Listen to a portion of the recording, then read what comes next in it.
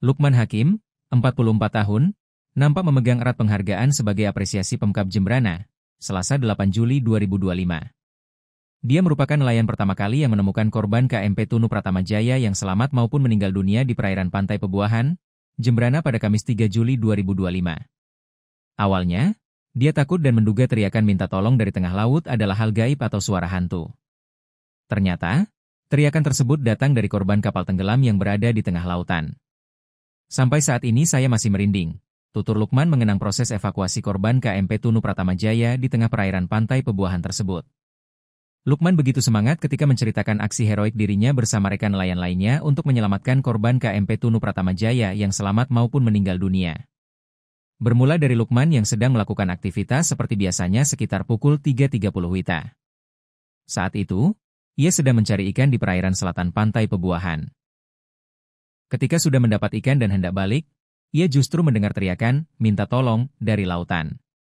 Ia terpaksa menghentikan aktivitas melautnya dan sempat membuang hasil tangkapannya yang baru diperoleh sekitar 2 kg ikan. Nelayan asal Banjar Pebuahan, Desa Banyu Biru, Kecamatan Negara, Jembrana tersebut menurutkan teriakan itu awalnya tak ia indahkan, karena dirinya menduga itu adalah suara hantu.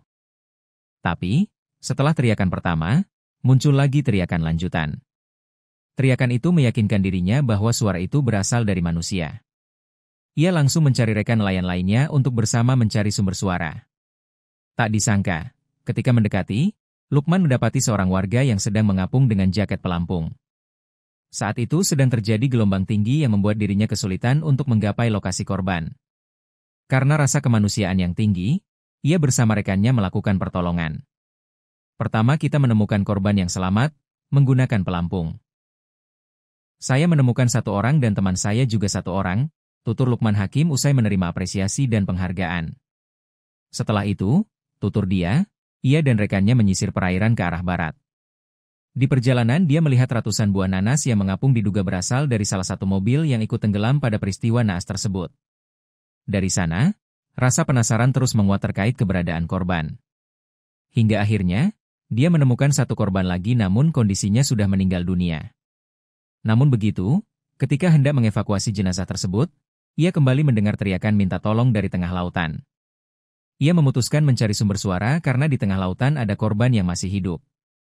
Ia bergegas ke lokasi titik suara itu dan menemukan korban lainnya.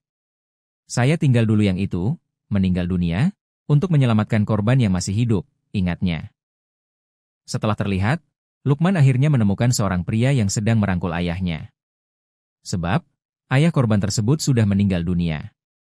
Tangan anaknya masuk di kaos ayahnya. Sebab, anak tersebut tidak ingin jenazah ayahnya hilang karena dihantam gelombang.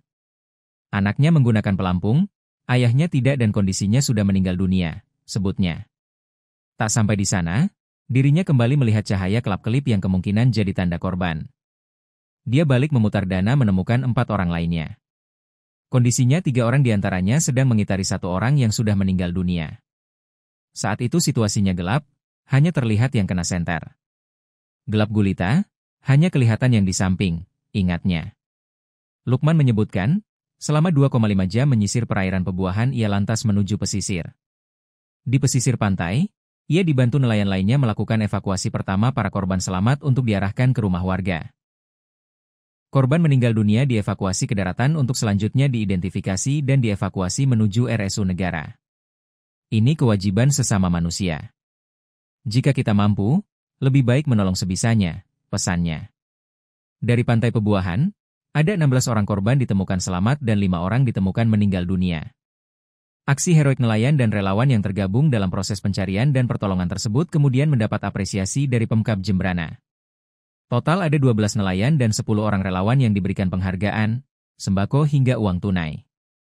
Meskipun dengan nilai tak seberapa, apresiasi kepada masyarakat yang telah menjalankan misi kemanusiaan sangat patut diapresiasi.